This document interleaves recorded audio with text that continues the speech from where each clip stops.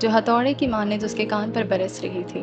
میں تمہارے اپنے پاس آنے کا انتظار کر رہی تھی۔ وہ چیخ چیخ کر رونا چاہتا تھا، اس آواز کو روکنا چاہتا تھا، اپنے کان اتنی زور سے بند کرنا چاہتا تھا کہ اسے دوبارہ وہ آواز نہ آئے، پر وہ کچھ بھی کرنے سے قاصر تھا۔ اتنا بے بس تو آج سے پہلے وہ کبھی نہ تھا، اتنا خوفزدہ تو آج سے پہلے کبھی نہ تھا، اتنا ڈر تو اسے آج سے پہلے کبھی نہ لگا۔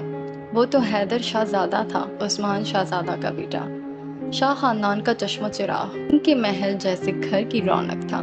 اس کے دم سے تو شاہ خاندان میں رونق ہوا کرتی تھی، اس پہ تو پورے خاندان کی لڑکیاں مرتی تھی، اس کی تو ہر ادا پر اس کی ماں رابی شاہزادہ مرتی تھی۔ اس کے ساتھ تو اپنی یونیورسٹی جانے کے لیے کبری آپا منتیں کرتی تھی۔ وہ تو تھا ہی ایسی شخصیت کا مالک کہ اسے دیکھ کر تو اس کی بہن کے قریب کوئی آنے کی ہمت ہی نہیں کرتا۔ وہ تو تھا ہی اپنے سائم بھائی کا چھوٹا لاڈلا بھائی، جس کے بغیر انہیں مزہ ہی نہیں آتا تھا۔ پھر وہ کیسے مر سکتا تھا اتنی جلدی؟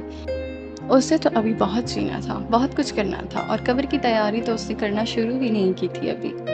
اور اب آواز ایک بار پھر سے گونجی تو اسے اپنا پورا جسم پسینے میں بھیگتا ہوا محسوس ہوا۔ اب جب تم میرے پاس آ ہی گئے ہو تو تمہیں قیمت چکانی ہوگی۔ قیمت؟ کیسی قیمت؟ اس نے تو کچھ نہیں کیا تھا۔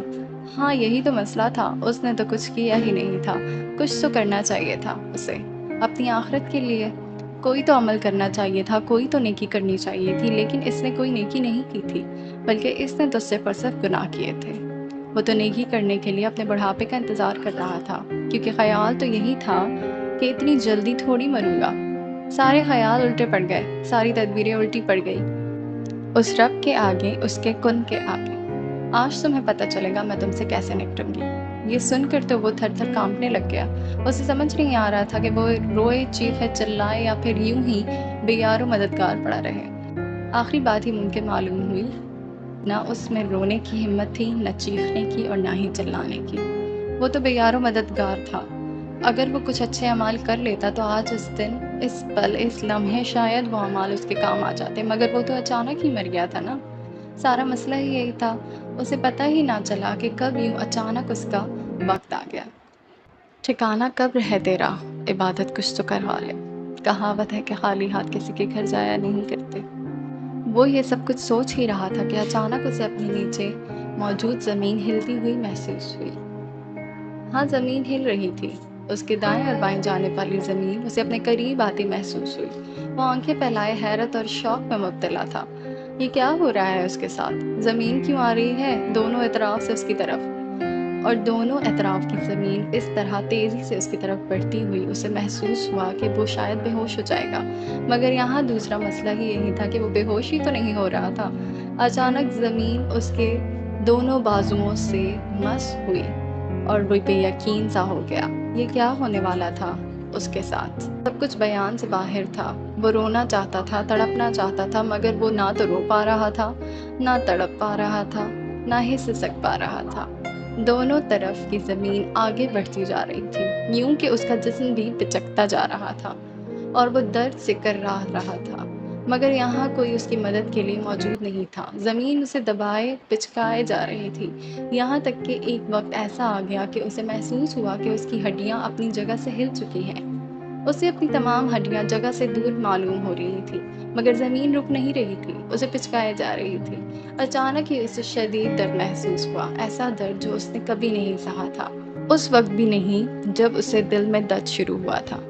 وہ اپنی دونوں اطراف کی پسلیاں ایک دوسرے میں پیوست ہوتی محسوس کر رہا تھا، مگر وہ کچھ بھی کرنے سے قاصر تھا۔ وہ تو بے بس تھا، وہ کیسے کچھ کر سکتا تھا؟ اور اب اس کی برداشت سے باہر ہو گیا تھا۔ ایک چٹاک کی آواز اس کے جسم سے گونجی تھی، اور ہاں اس کی پسلیاں ایک دوسرے کے ساتھ بالکل دونوں ہاتھوں کے باہم ملانے پر جیسا حال انگلیوں کا ہوتا ہے ویسی ہو گئی تھی۔ وہ تکلیف سے دوہرا ہو رہا تھا، ایسی تکلیف تھی کہ کچھ بھی سمجھ نہیں آ رہا تھا، اور سمجھ نہیں آ رہا تھا کہ وہ اب تک ہوش میں کیوں ہے اور کیسے ہے۔ اب تک تو اسے بے ہوش ہو جانا چاہیے تھا، ابھی اسے یہ تکلیف تھوڑی سی کم ہونا ہی محسوس ہوئی تھی کہ اسے اپنی قبر وسیع ترین ہوتی محسوس ہوئی۔ اب وہ چھوٹی سی تنگ سی قبر نہیں تھی، وہ اتنی وسیع، اتنی چوڑی اور اتنی لمبی ہو گئی تھی جتنی اس نے آج تک دیکھی بھی نہیں تھی۔ اور پھر اس نے انہیں آتے ہوئے دیکھا اپنی طرف۔ شاید یہ وہی تھے جن کے بارے میں اس نے ساری زندگی سنا تھا کہ وہ قبر میں آئیں گے، ہم سوالات کریں گے، وہ 3 مشہور و معروف سوالات۔ جس کے جواب اسے بچپن میں قاری صاحب کے پاس پڑھتے وقت یاد کیے تھے۔ اسے یقین سا ہونے لگا کہ یہ اور کوئی نہیں، منکر و نکیر تھے، وہ خوفناک فرشتے جو اس سے سوال و جواب کرنے آئے تھے۔ ان کی آنکھیں ہی دیکھ کر وہ خوف سے دوہرا ہو گیا۔ وہ چمکتی ہوئی آنکھیں تھیں، بجلی کی طرح چمکتی ہوئی آنکھیں، آسمانی بجلی کی طرح چمکدار ہونے کے باوجود وہ اتنی خطرناک لگ رہی تھی جتنی اس نے آج تک کوئی چیز نہیں دیکھی تھی۔ ایسی چمک تھی ان آنکھوں میں جو اس نے کبھی دیکھی نہیں تھی، نہ کبھی سنی، نہ کبھی سوچی۔ پھر ایک گونج سی ہوئی تھی قبر میں اور اس کی آواز بالکل کسی خوفناک اور کڑکتی بجلی کی مانند تھی، اتنی خطرناک، اتنی کڑکدار آواز جو اس کی سماعت میں کبھی نہیں پہنچی تھی۔ وہ آواز قبر اور زمین کی آواز سے زیادہ خطرناک تھی جو اس نے پہلے کبھی نہیں سنی تھی۔ یہاں اس قبر میں ہر چیز ایسی تھی جو اس نے آج تک نہ دیکھی تھی، نہ سنی تھی، نہ سوچی تھی اور نہ ہی محسوس کی تھی۔ اور پھر اس نے ان کے دان دیکھے، لمبے، بہت لمبے، بالکل کسی بھینس کے سینگوں کی طرح۔ ان کا سب کچھ خوفناک تھا، مگر اب اس کے دانت دیکھ کر وہ مزید ڈر گیا تھا۔ نظر ان کے بالوں پر پڑی تو وہ مزید خوفزدہ ہو گیا۔ ان کے بال بہت لمبے تھے، بہت زیادہ لمبے، ان کے پیروں تک آتے تھے۔ ہر گزرتا لمحہ اسے مزید خوف کی لپیٹ میں لیا جا رہا تھا۔ پھر یوں ہی آنکھیں ان کے کندھوں پر ٹکی تو وہ مزید خوفزدہ ہو گیا۔ ان کے کندھے بہت چوڑے تھے، بہت زیادہ۔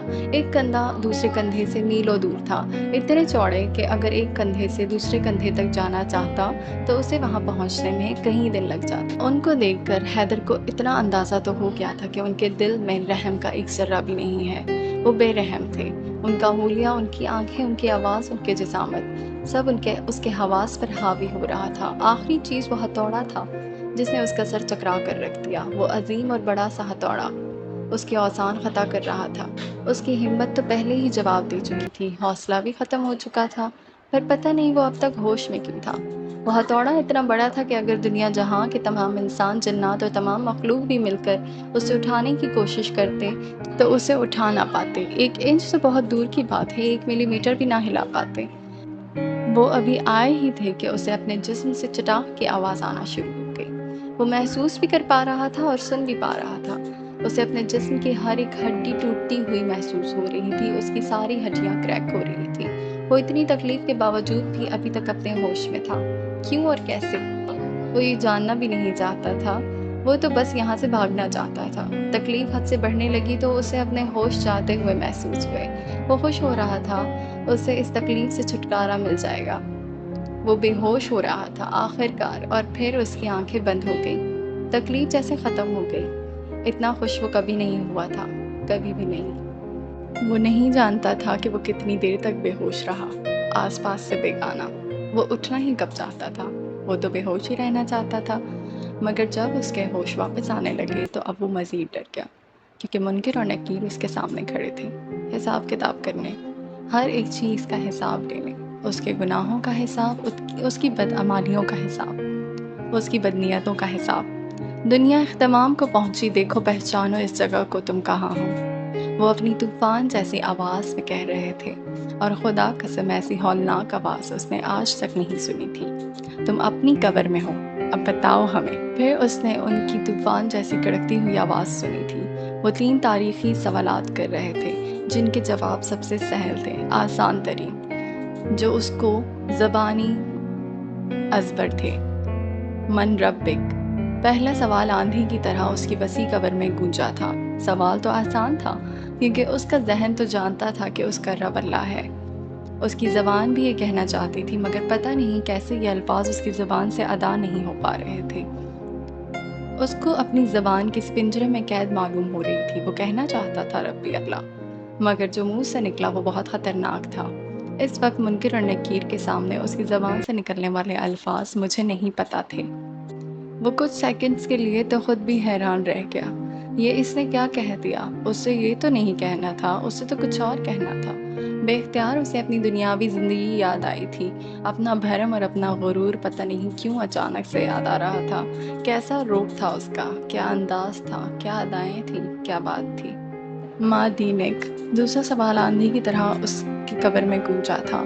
اس کا دل ان طوفان جیسی آوازوں پر دہل گیا تھا۔ دوسرا سوال بھی آسان تھا، بہت آسان، اور جواب تو اس سے بھی زیادہ آسان تھا۔ اسے تو پتہ تھا کہ وہ اسلام کا پیروکار ہے، اس کا دین تو اسلام ہے، پیدائش کے وقت اس کے کان میں اذان دی گئی اور وہ اذان اسے مسلمان ہی تو کرتی ہے، مگر بیچارہ حیدر وہ شاید یہ بھول گیا تھا کہ اذان کے وقت خاموش ہو جانے سے کوئی اسلام کا پیروکار نہیں بن جاتا، عید کے دن عید کی نماز پڑھنے سے کوئی اسلام کا دین نہیں اپنا لیتا، سالانہ صدقہ دینے سے مسلمان نہیں ہوا جاتا، رمضان میں گناہوں سے خود کو روک کے کوئی اسلام اور ایمان کی میراث نہیں حاصل کر لیتا۔ وہ یہ سب واقعی بھول گیا تھا۔ جب بولا تو آواز تھر تھر کانپ رہی تھی، مجھے نہیں پتا۔ اتنی شرمندگی تو اسے کبھی نہیں ہوئی تھی، بھلا پوری زندگی گزار دی، پر آج تک اس بات کا علم نہ ہو سکا کہ اس کا دین کیا ہے۔ 20 سال کوئی کم عرصہ تو نہیں تھا اپنا دین ایمان جانچنے اور پہچاننے کے لیے۔ ماں نبی ایک ویسی ہی کڑکتی آواز میں تیسرا سوال پوچھا گیا، نبی کون تھا اس کا؟ ہاں، اس کا جواب تو اسے پتا تھا، حضرت محمد صلی اللہ علیہ وآلہ وسلم تھے اس کے نبی۔ پتا تو اس کو تھا، پر پتا تو اس کو پہلے 2 سوالوں کا جواب بھی تھا۔ وہ تھر تھر کانپتا وجود لیے ایک بار پھر وہی جواب دے چکا تھا۔ وہ پہلے 2 سوالوں کے جواب میں دیا تھا، مجھے نہیں پتا، لیکن سمجھ نہیں آ رہا تھا کہ کیوں اس کے منہ سے صحیح جواب نہیں نکل پا رہا، مگر شاید حیدر شاہزادہ بھول گیا تھا کہ صرف یقین اور مان لینے سے آپ صلی اللہ علیہ وآلہ وسلم ہمارے نبی نہیں ہو جاتے۔ ان کو ماننے کا مطلب ہے ان کے کہے پر عمل کرنا، ان کے اعمال و سنت کی پیروی کرنا، ان کے حدیث و فرمان پر عمل کرنا، مگر دنیا کی زندگی میں تو حیدر شاہزادہ اپنے آپ کو فالو کیا کرتا تھا۔ اس کے نزدیک اس سے بہتر ذات تو کسی کی تھی ہی نہیں، وہ تو خود کو سب کا رول ماڈل قرار دیتا تھا۔ ایسوں کا تو انجام پھر ایسا ہی ہوتا ہے نا۔ منکر اور نکیر نے اسے دیکھا تھا اپنی چمکتی آنکھوں سے، اور پھر اس نے ان کا بڑا اور بھاری ہتھوڑا اٹھتا ہوا دیکھا تھا۔ وہ ہتھوڑا اس کی طرف بڑھ رہا تھا، ایک پلک شگاف چیخ اس کے حلق سے نکلنی تھی پر نکلی نہیں۔ ہتھوڑا پوری قوت سے اس پر برسایا گیا، اور اسے وہ ہتھوڑا اتنی قوت سے لگا تھا کہ چند لمحوں کے لیے پوری قبر اس وار سے نکلنے والی چنگاریوں سے روشن ہو گئی۔ اتنا درد، اتنی تکلیف تو اسے آج تک ہوئی ہی نہیں تھی، جسم بری طرح سے درد کر رہا تھا۔ اوپر دیکھو۔ منکر اور نکیر نے اس سے کہا تو وہ اوپر دیکھنے لگا۔ اس کے پاس اور کوئی چارہ نہ تھا۔ اس کے بالکل اوپر ایک دروازہ تھا، ایسا دروازہ بھی اس نے آج تک نہ دیکھا تھا، مگر زیادہ حیران کن وہ منظر تھا جو اس نے دیکھا، اور زندگی میں پہلی بار اسے کوئی جگہ دیکھ کے دل سے یہ الفاظ ادا کرنے پڑے، ہاں یہی جنت تھی، ہاں وہی جنت تھی۔ اتنے خوبصورت باغات، اتنی خوبصورت ندیاں، اتنا دلکش مناظر دنیا میں تو نہیں ہو سکتے۔ اس کے دل نے گواہی دی تھی کہ ہاں یہی جنت ہے۔ بھلا جنت سے زیادہ خوبصورت بھی کوئی جگہ ہے، کوئی چیز ہے، کوئی مقام ہے؟ اس کی آنکھوں میں عجب سی نمی چھلکنے لگی۔ اے اللہ کے دشمن، آواز پھر سے گونجی تھی۔ وہ دم سادھے انہیں سنے گیا۔ اگر تم اللہ کی عبادت کرتے تو یہ منزل تمہاری تھی۔ وہ آواز اب کی بار اتنی خوفناک نہیں لگی تھی جتنے وہ الفاظ لگے تھے۔ تو یہ وہ تھا جو اس نے گوا دیا اپنے ہاتھوں سے، اپنے ان ہاتھوں سے جن کی مہارت پہ اسے ساری زندگی بہت فخر رہا تھا۔ کیا فائدہ اس مہارت کا جب سب سے قیمتی چیز گوا دی؟ اتنا پچھتاوا اسے آج تک کسی چیز کا نہیں ہوا تھا جتنا آج اس وقت اس لمحے ہوا۔ اس نے اپنی جنت گوا دی تھی۔ وہ تڑپ رہا تھا واپس دنیا میں جانے کے لیے، پر کیا اب جانا ممکن تھا؟ کاش وہ کوئی نیک عمل کر لیتا، کاش وہ اللہ کی عبادت کر لیتا، کاش وہ اپنے دین اور ایمان پر توجہ دیتا، کاش وہ قبر کی تیاری کو بڑھاپے کے لیے بچا کر نہ رکھتا، کاش وہ اپنے اعمال درست کر لیتا، کاش وہ نیکی کے کام کر لیتا، کاش وہ اس عذاب سے پہلے باخبر ہوتا تو وہ گناہ نہ کرتا، کاش وہ اللہ سے اب واپس جانے کی مہلت مانگ سکتا، کاش وہ دنیا میں واپس جا کر اپنے اعمال سدھار سکتا، کاش وہ ایک اور موقع حاصل کر سکتا، کاش اس کو ایک موقع، صرف اور صرف ایک موقع مہیا ہو جاتا، کاش۔ اور آخر میں بس یہ کاش ہی بچ جاتا ہے۔ صرف گہرا پچھتاوا انسان کو اپنے شکنجے میں لے لیتا ہے، اور نہ دنیا کا رہتا ہے نہ دین کا، نہ وہ اس دنیا میں کامیابی حاصل کر پاتا ہے نہ آخرت میں کامیاب ہو پاتا ہے۔ حیدر شاہزادہ کو آج اپنے وجود سے بے حد نفرت ہو رہی تھی، بے حد گھن آ رہی تھی۔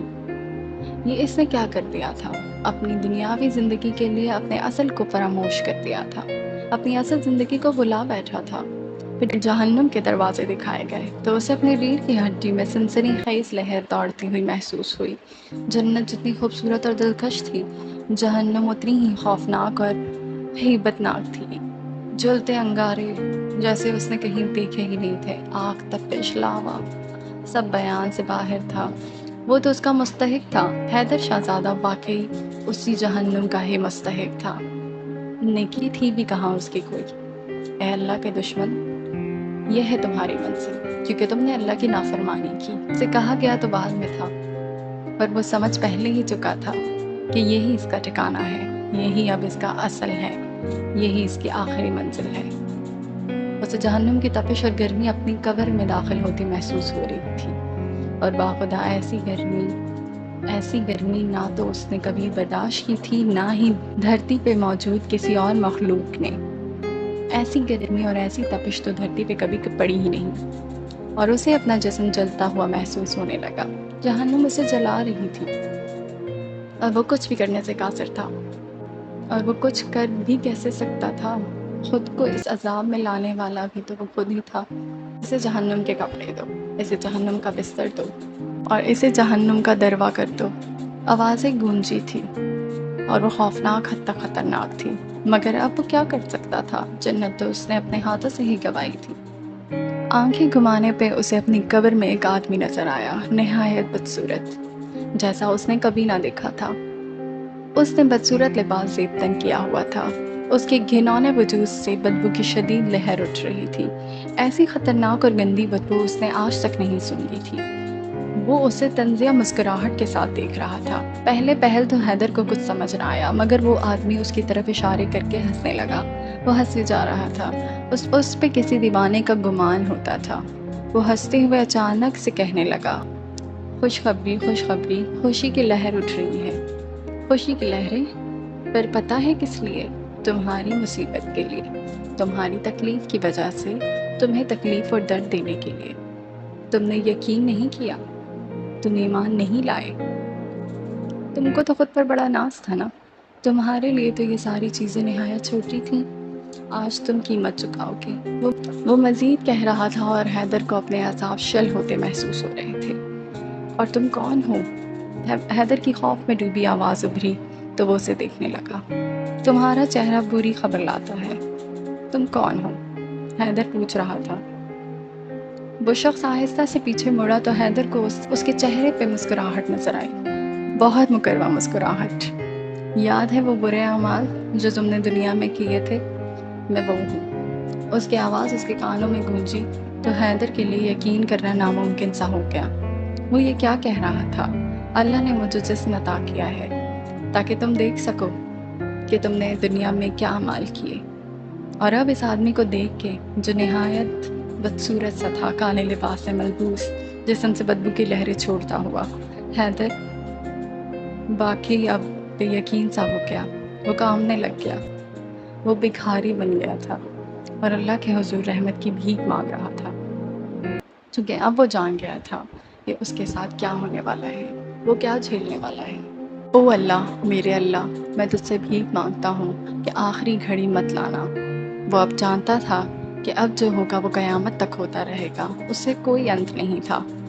اب کے معاملات ابدی ہیں تا قیامت جاری رہیں گے۔ وہ جانتا تھا کہ یہ ابدی معاملات اب تک ہونے والی تمام چیزوں سے زیادہ خطرناک ہوں گے، اور وہ عذاب بڑھتا رہے گا اور بڑھتا رہے گا، اس کا کوئی اختتام نہ ہوگا۔ اس کے بعد اس کی قبر میں ایک آدمی آیا۔ وہ آدمی اپنے ساتھ ایک ہتھوڑا لیے ہوئے تھا۔ وہ ایک بہت بڑا اور بھاری ہتھوڑا تھا، شاید اتنا بھاری کہ اگر اس سے ایک پہاڑ پہ ضرب لگائی جاتی تو پہاڑ بھی چورا چور ہو جاتا۔ اور پھر اس آدمی نے اسی ہتھوڑے سے حیدر کے وجود پر ضربیں لگانا شروع کی۔ حیدر کی بلند و بالا چیخ ہر سو گونجی تھی۔ یہ اسے یقین تھا کہ اس کی یہ چیخ دنیا جہاں اور کائنات کے ہر حصے تک جا رہی ہوں گی۔ وہ چیخ رہا تھا، پر اس شخص کے چہرے پر رحم اور ہمدردی کے کوئی آثار نظر نہیں آ رہے تھے۔ وہ بس اندھا دھند سے مارتے جا رہا تھا، اور اللہ کی قسم ایسا درد اسے آج تک نہ ہوا تھا، ایسی مار اسے آج تک نہ پڑی تھی۔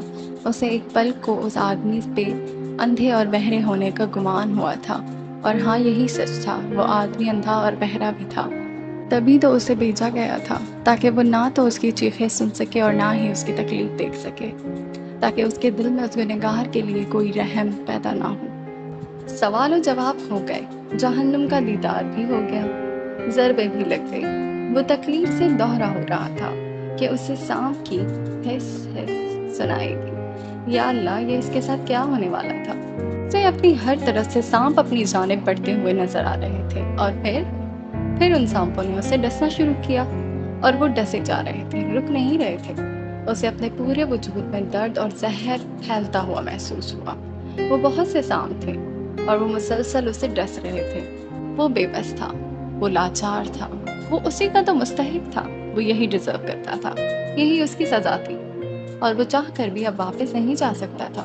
وہ رونا چاہتا تھا، اور شاید وہ رو بھی رہا تھا۔ اچانک ہی اس کی آنکھ کھلی تو وہ اپنے بستر پر گہری گہری سانسیں لیتا اٹھ بیٹھا۔ اس کا سانس پھولا ہوا تھا اور جسم پسینے سے شرابور تھا۔ کمرے میں گہرا اندھیرا چھایا ہوا تھا اور محض اسی کی گہری سانسوں کی آوازیں گونج رہی تھی۔ اپنا چہرہ اسے آنسوؤں سے تر محسوس ہو رہا تھا۔ تو کیا وہ سب ایک خواب تھا؟ وہ مرا نہیں تھا، وہ قبر میں نہیں تھا، مگر یہ اندھیرا اسے وحشت میں مبتلا کر رہا تھا۔ وہ گہری گہری سانسیں لیتا بستر سے اٹھ کھڑا ہوا اور چل کے دیوار پہ لگے سوئچ بورڈ پر ہاتھ مارا تو کمرہ یکدم روشنی میں نہا گیا۔ کمرہ اسی کا تھا جہاں وہ پچھلی رات دل میں شدید تکلیف کے باعث جلدی سے آ کے لیٹ گیا تھا۔ آنکھ کب لگی اسے پتہ ہی نہ چلا۔ وہ اب بھی بے ترتیب دل کی دھڑکنوں کے ساتھ آ کے پلنگ پہ بیٹھ گیا۔ جسم پہ کوئی ضرب نہیں لگ رہی تھی، کوئی سانپ اسے ڈنگ نہیں مار رہے تھے۔ وہ محفوظ تھا اپنے کمرے میں، اپنے بستر پہ۔ کوئی نہیں آیا تھا اس سے سوال جواب کرنے۔ وہ مرا نہیں تھا، اللہ، وہ مرا نہیں تھا۔ یا کیا یہ اس کے لیے ایک موقع تھا؟ اس کے سر میں شدید درد اٹھا تھا، چکر آنے لگے تھے۔ اس سے اپنی ناک نم محسوس ہوئی تو وہ فوراً سے اٹھ کر کمرے سے منسلک اٹیچ باتھ کی جانب بڑھا۔ دھڑام سے دروازہ کھول کر وہ سنک کے پاس جا کے کھڑا ہوا اور نل کھول کر اپنے منہ پہ پانی کی چھینٹے مارے۔ پھر سر اٹھا کر دیکھا تو شیشے میں اپنا عکس دیکھ کے وہ کچھ پل نظریں نہ ہٹا سکا۔ گوری صاف رنگت کا حامل وہ لڑکا بلا کا ہینڈسم تھا۔ بادامی رنگ کی اس کی مغرور آنکھیں اس وقت سرخی ہو رہی تھی۔ چہرے پہ ابھرتی گال کی ہڈیاں اسے مزید پرکشش بناتی تھی۔ مغرور اٹھی ہوئی ناک اور پٹھانوں جیسے نقوش والا وہ لڑکا پریشان سا کھڑا خود کو آئینے میں دیکھ رہا تھا۔ پرفیکٹ جا لائن اور پرکشش نقوش، وہ بلا شبہ بہت ہی خوبصورت تھا۔ اس وقت وہ سنک پہ جھکا اپنا سر اٹھائے خود کو شیشے میں دیکھ رہا تھا۔ ہلکی سرمئی آرام دہ شرٹ اور اسی رنگ کا ٹراؤزر پہنے وہ اس لباس میں بھی کافی اچھا لگ رہا تھا۔ اسی وقت اسے اپنی ناک گیلی ہوتی محسوس ہوئی تو اس نے ناک تک ہاتھ لے جا کے انگلی کے پور سے ہلکا سا ناک کو چھوا، پھر ہاتھ آگے کیا تو اس کے پوروں پر سرخ گاڑھا خون لگا ہوا تھا۔ اس نے گھبرا کر دوبارہ نلکا کھولا اور اپنا ہاتھ دھویا، پھر ناک صاف کی۔ درد کی لہر پھر سے سر میں اٹھی تھی۔ وہ مڑ کے جلدی سے کمرے کے دروازے کی جانب بڑھا۔ ابھی وہ ہینڈل پہ ہاتھ رکھ کے دروازہ کھول ہی رہا تھا کہ باہر سے دروازے کا ہینڈل گھوما تھا اور دروازہ پوری طرح سے کھلا تھا۔ دروازے پر سائم تھا۔ وہ اونچے قد اور بھورے بالوں والا حیدر ہی کی طرح لگتا تھا، البتہ قد میں وہ حیدر سے 2 انچ بڑا تھا۔ وہ مسکرا کر کچھ کہنے ہی والا تھا کہ اس کی ناک سے نکلتا خون دیکھ کر بھنجکار آ گیا۔ حیدر، یہ کیا ہوا ہے؟ ناک سے خون کیوں نکل رہا ہے؟ وہ فوراً اس کی طرف بڑھا اور اس کو شانوں سے تھام کر پوچھنے لگا، مگر حیدر کی آنکھوں کے آگے اندھیرا چھا رہا تھا، سر چکرا رہا تھا اور کچھ ہی دیر پہلے والی درد کی لہر پھر سے سر میں اٹھی تھی، اور وہ اونچا 6 فٹ کا لڑکا اپنے بڑے بھائی کے ہاتھوں میں اسی پل جھول کے ڈھیر ہو گیا۔ سائم اب چیخ چیخ کر گھر والوں کو اٹھا رہا تھا۔ رات کے اس پہر جب گھڑی 3 بجا رہی تھی، سب سو رہے تھے، مگر سائم کی دل دہلا دینے والی چیخوں نے پورا گھر سر پہ اٹھا ہی لیا۔ ہسپتال کی وہ راہداری خالی تھی، اور اس وقت ویسے بھی وہاں کوئی کیوں ہوتا؟ رات کے 3:30 بجے کا وقت تھا اور گرمیوں کا موسم تھا۔ سفید سنگ مرمر کے فرش پر وارڈ بوائز اسٹریچر گھسیٹتے ہوئے لے جا رہے تھے۔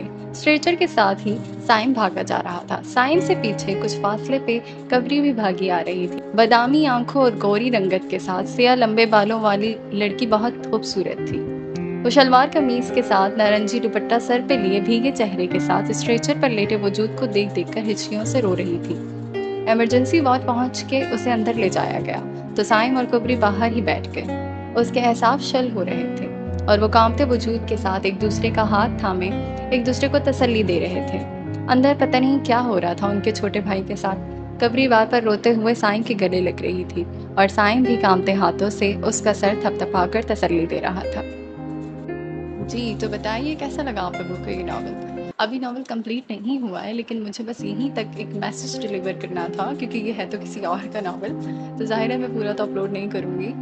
خیر بس یہیں تک مجھے ایک میسج ڈلیور کرنا تھا کہ یہ ان لوگوں کے لیے تھا جو لوگ کہتے ہیں نا کہ میں اپنی عبادات وغیرہ جو ہے وہ بڑھاپے میں جا کے کروں گی یا کروں گا، تو جو لوگ ہیں جو اپنی عبادتوں کو بڑھاپے کے لیے چھوڑ دیتے ہیں یا پھر حج اور عمرے میں معافی مانگنے کا انتظار کرتے ہیں، تو ان لوگوں کے لیے بس یہی میسج تھا اس میں کہ اپنی نمازوں کو، اپنی عبادتوں کو، اپنی توبہ کو بڑھاپے کا محتاج نہ بنائیے کہ بڑھاپا آئے گا تو پھر ہم نماز پر بیٹھے رہیں گے، ہم نے خوب ساری عبادتیں کرنی ہیں۔ نہیں، بڑھاپے کا انتظار مت کیجیے، اپنی عبادتیں جاری رکھیے کیونکہ موت کا بھروسہ نہیں ہے، ہم آج ہیں اور کل نہیں۔ تو جو ہم آج ہیں اور اگر ہم نے عبادتیں نہیں کی تو کل ظاہر سی بات ہے قبر میں ہمارے ساتھ بھی یہی سب کچھ ہوگا جو حیدر کے ساتھ ہوگا۔ تو ان سب سے بچنے کے لیے ہمیں بھی چاہیے کہ ہم اپنی عبادتوں پہ تھوڑا دھیان دیں، تھوڑا توجہ دیں، ٹھیک ہے؟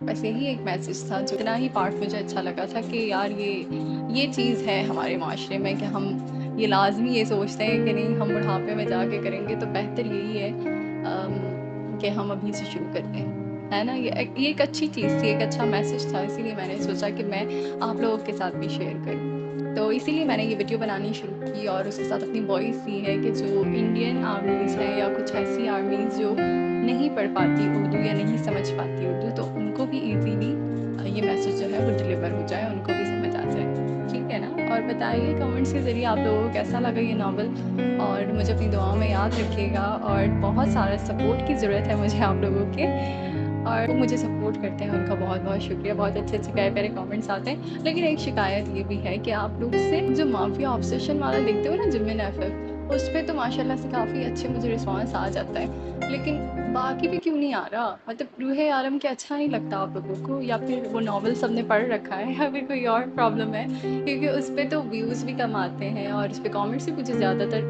نہیں نظر آ رہے ہوتے، کامنٹس بھی بہت کم ہوتے ہیں، اس پہ ویوز بھی بہت کم آتے ہیں، تو آخر مسئلہ کیا ہے؟ بھی نہیں پسند آ رہا بتا دو، پھر میں اسٹاپ کر دیتی ہوں۔ صحیح ہے، اور کامنٹس کرنے سے یار گھبرایا مت کریں، آپ لوگ کر دیا کریں کیونکہ دیکھیں میں تو انتظار کر رہی ہوتی ہوں کہ میرے پیارے پیارے ریڈرز جو ہیں وہ پڑھیں گے اور مجھے کامنٹس کریں گے، تو میں بہت اچھے سے بہت دل سے آپ لوگوں کے کامنٹس ریڈ کرتی ہوں، اور یہ نہیں کہ میں ایک کا کرتی ہوں دوسرے کا نہیں کرتی، جتنی لائن سے کامنٹس آتے ہیں میں سارے ریڈ کرتی ہوں اور جتنا ہو سکتا ہے میں سب کو رسپانس بھی کرتی ہوں۔ تو پھر آپ لوگوں کو یہ ناول کیسا لگا آپ لوگ مجھے لازمی کامنٹ سے بتائیے گا، ٹھیک ہے؟ اگر آپ لوگ اس ناول کو بھی آگے سے ریڈ کرنا چاہتے ہیں تو مجھے بتائیے گا، میں آپ لوگوں کو اور ویڈیوز بنا دوں گی، ٹھیک؟ یہ ڈپینڈ کرتا ہے کہ یہاں کتنے ویوز آ رہے ہیں، کیونکہ ظاہر سی بات ہے کہ میں اتنی محنت سے ویڈیوز بناتی ہوں، اگر ویوز وغیرہ نہیں آتے نا تو پھر مجھے بہت دکھ ہوتا ہے، میں کہتی ہوں یہاں پہ میں نے یہ کیوں بنا دیا اگر آپ لوگوں کو پسند نہیں آ رہا تو۔ ٹھیک ہے پیارے ریڈرز، مجھے اجازت دیجیے گا، دعاؤں میں یاد رکھیے گا، میں ہوں آپ کی پیاری سی انوسنٹ سی آتھر، بہت معصوم ہوں بھائی میں تھینک یو، اور پلیز مجھے سپورٹ کرتے رہیے، اپنے فرینڈس کے ساتھ میری ویڈیوز کو شیئر کرتے رہیے گا۔ اللہ حافظ۔